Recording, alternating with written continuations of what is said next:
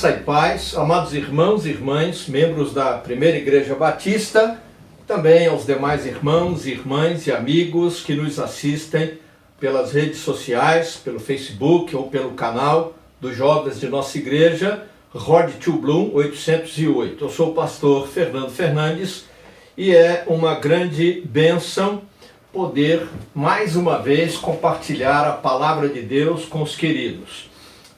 Eu quero tomar o texto do Salmo de número 71,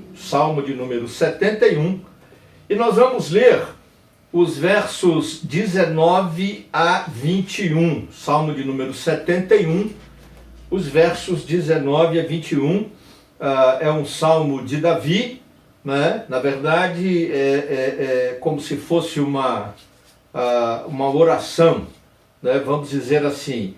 O Salmo 71, na verdade, não é muito certa a autoria dele por parte de Davi. O 70, sim, mas o 71 não sabemos ao certo, corrigindo a minha fala anterior. Mas o texto bíblico, no Salmo 71, versos 19 a 21, diz assim: Tua justiça chega até as alturas, ó Deus.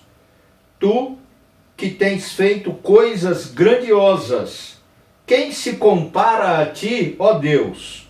Tu, que me fizeste passar muitas e duras tribulações, restaurarás a minha vida, e das profundezas da terra de novo me farás subir. Tu me farás mais honrado e mais uma vez me consolarás. Pois bem, querido, Davi, ou salmista, vamos dizer assim, né, para não errar propositadamente, está passando por uma série de situações e ele então faz essa oração. O salmo é dividido, os versos de 1 a 4, depois 5 a 8, depois 9 até o 18, depois o 19 a 21, 22, até o final, verso 24. E alguns comentaristas chegam até a dizer que esse contexto de versos 19 a 21 soa, de certa forma, como um salmo messiânico, porque a experiência narrada aqui se aplica com a devida comparação ou com o devido paralelo aquilo que aconteceu com Jesus na sua tribulação, ou como dizem, na sua paixão, na sua morte, no seu sepultamento e na sua ressurreição. Mas, na verdade, eu quero focar sobre a pessoa de Deus que é colocada logo no verso 19 e que termina com a pergunta que o salmista faz: quem se compara a ti, ó Deus? Não é uma aula de teologia sistemática, não é uma aula de teontologia, a área da teologia, como alguns denominam, que estuda a natureza de Deus, o ser de Deus, os atributos de Deus, né? E nem é uma aula de teologia própria, né? Que é, acredito eu, o nome mais correto da área na teologia sistemática que estuda a natureza, o ser de Deus, o caráter de Deus, os atributos de Deus, o poder de Deus, né? E a trindade de Deus, né? A maneira como ele se mostra e se manifesta para nós. Mas eu quero destacar isso aqui, como disse, não é uma aula de teologia, mas sim de forma devocional, para aplicar a minha vida, a sua vida, a nossa vida, diante de tudo aquilo que nós temos enfrentado, seja neste período agora de pandemia ou não, na nossa vida de modo geral, com algumas dificuldades, né? Para que a nossa devoção realmente seja bem direcionada e ela tenha no seu entremeio, né, naquilo que faz a ligação entre nós e Deus, na devoção, na adoração, na oração, os meios corretos ou a compreensão correta daquilo que realmente é, ou daquilo quem realmente é, ou de quem realmente é este Deus em quem nós cremos, a quem nós adoramos, a quem nós nos devotamos e para quem nós elevamos, né, a nossa oração. O salmista diz que Deus é incomparável. Por que razão ele teria feito essa afirmação de Deus como um Deus, um ser incomparável? Logo no verso 19, ele nos dá uma ideia. Ele diz: tua justiça chega até as alturas, ó Deus. Tu que tens feito coisas grandiosas. Ele faz uma associação objetiva e direta de que essas coisas grandiosas que Deus faz, elas são feitas por causa da justiça de Deus. E é uma justiça que chega até o céu. A ideia, para mim, e eu destaco dessa forma, que a justiça de Deus não leva em conta quem nós somos, o que nós somos, não leva em conta a nossa conduta moral, a nossa moralidade, e nem a nossa personalidade, e muito menos a justiça de Deus leva em conta os nossos pecados. A justiça de Deus se torna prática, ela é operacional, ou seja, ela atua em nosso favor, em nossas vidas, por meio de Cristo Jesus. Por meio de Cristo Jesus. Tudo que Deus faz, Ele faz com justiça. E Ele faz com justiça porque Jesus Cristo, o justo, morreu na cruz por nós para nos justificar diante de Deus. A palavra de Deus diz isso de maneira clara. Mas não é só isso que o salmista fala. Ele diz que Deus é incomparável, porque embora Ele permita que passemos por muitas e duras tribulações, Ele há de restaurar a nossa vida das profundezas da terra e de novo nos fará subir. Verso 20. Eu destaco aqui a palavra restaurarás, o verbo restaurar.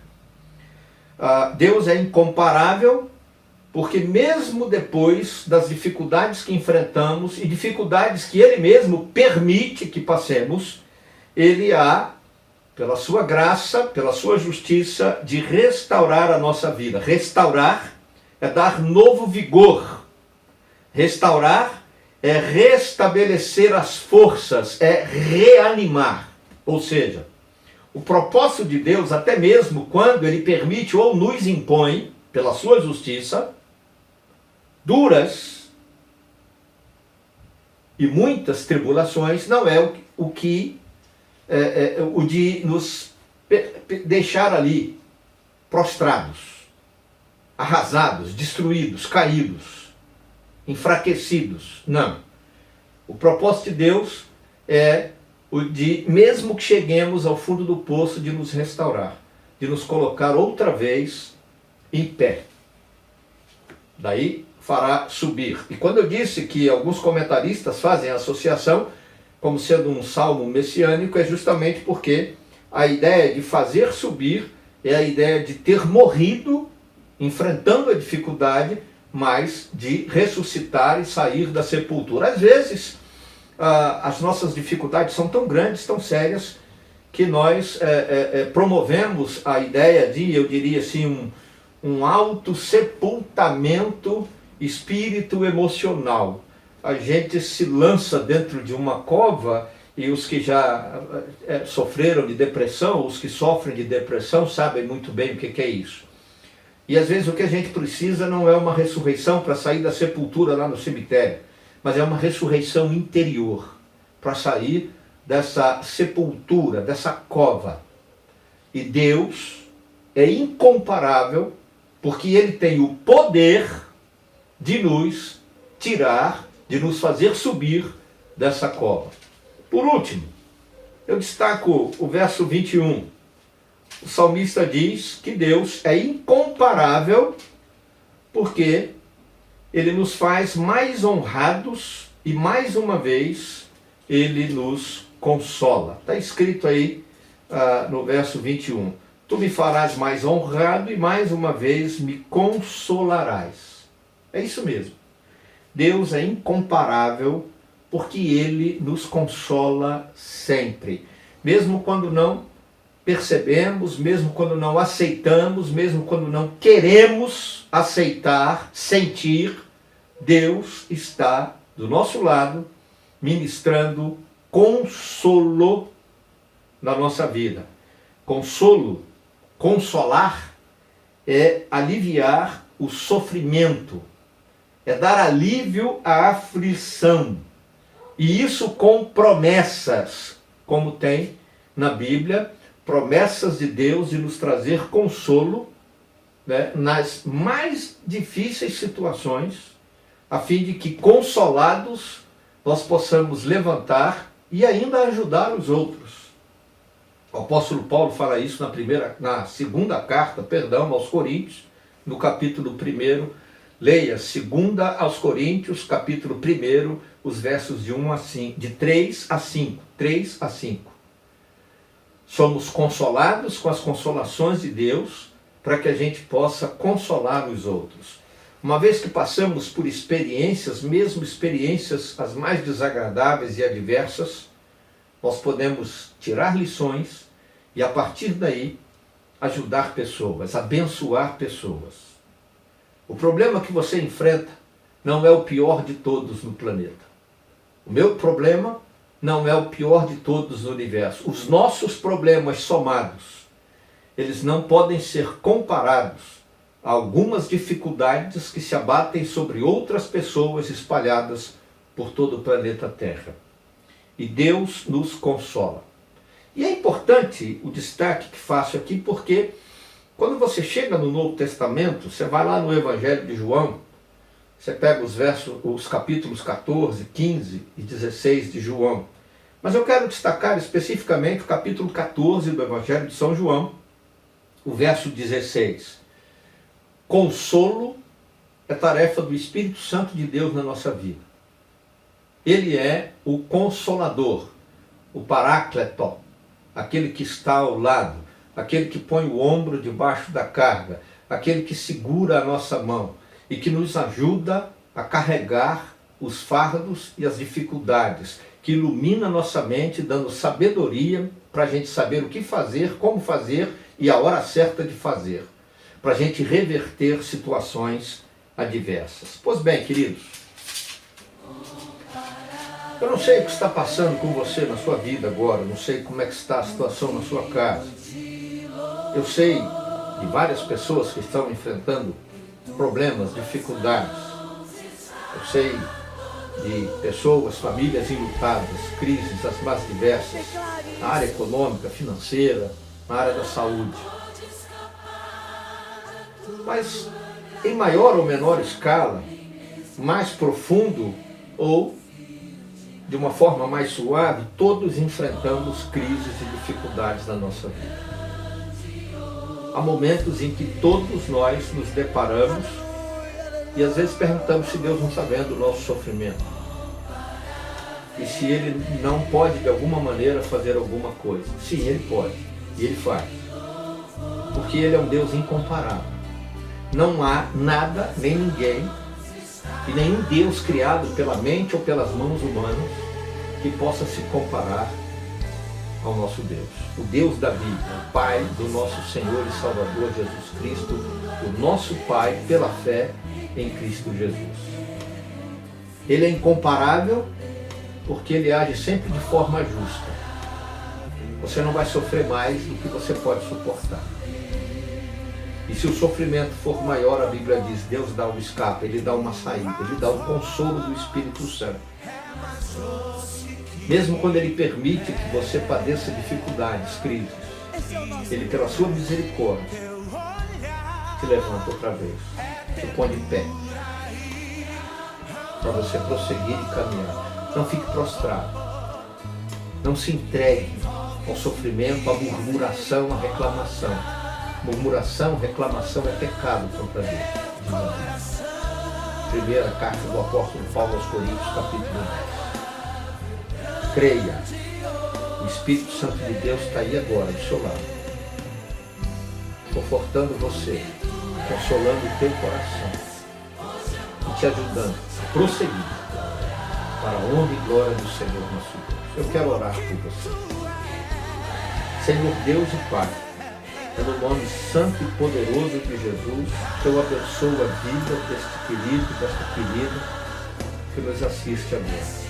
O Senhor sabe o problema que ele ou ela enfrenta na sua vida pessoal, na sua carreira, nas suas finanças, na sua família, na sua casa, com o seu.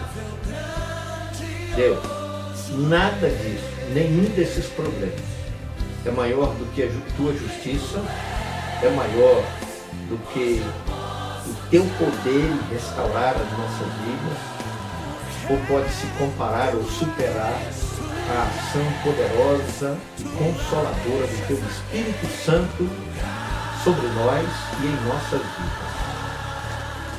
E é por ter fé nisso, por crer na tua palavra, que eu abençoo a vida desse querido, dessa querida que me assiste agora. Que com fé derrama o coração diante do Senhor, que chora as suas lágrimas pedindo uma intervenção poderosa do Senhor. Que essas lágrimas sejam tornadas em bálsamo do teu Espírito Santo na vida desses queridos. Pega na mão deles, levanta, dá um chacoalhão se preciso for, mas abre os olhos da fé e faça com que vejamos do teu poder, das tuas bênçãos, da tua vitória conquistada para nós na cruz por Jesus Cristo. E é no nome de Jesus que oramos, abençoando cada um que nos assiste aqui. Teu povo, tua igreja, em nome de Jesus. Amém.